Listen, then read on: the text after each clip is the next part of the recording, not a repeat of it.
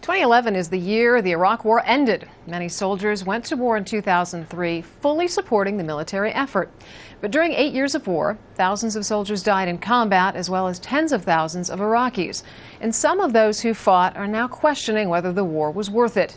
Here's the view of one Iraq War veteran, in his own words. I'm Josh Stieber. I live in Washington, D.C. I was in the military for almost 3 years, and we got deployed as part of the surge in 2007. So we got sent to the poor industrial part of town a few miles south of Sadr City. The locals held a massive peaceful protest, told us they didn't want us in their neighborhood.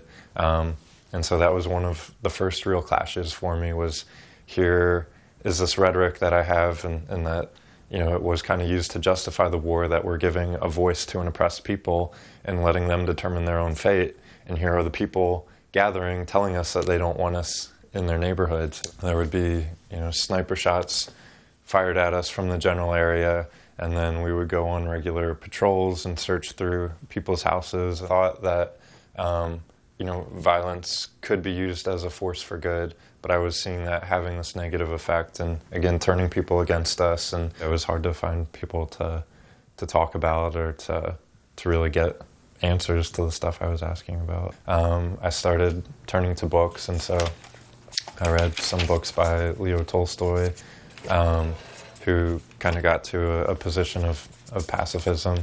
Men will commit the most atrocious acts without seeing their responsibility for them. In ancient times, tyrants got credit for the crimes they committed, but in our day, the most atrocious infamies inconceivable under the Neros are perpetrated, and no one gets blamed for them. At first, I didn't even know what conscientious objection was, and I just knew that I wasn't going to keep contributing to the things that were going on. So I got out in April, and then a few weeks later in May, started walking and then bicycling across the United States to share my experiences. I kind of wanted to dedicate myself to not making excuses, to carry out things for people that I really couldn't sympathize with when I was sympathizing so much with the families who were being affected by our presence in Iraq.